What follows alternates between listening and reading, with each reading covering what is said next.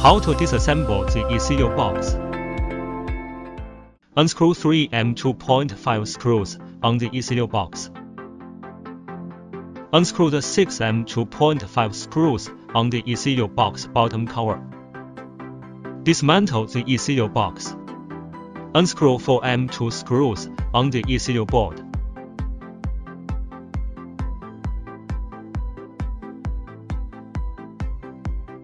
Soldering wires off and remove the ECU board.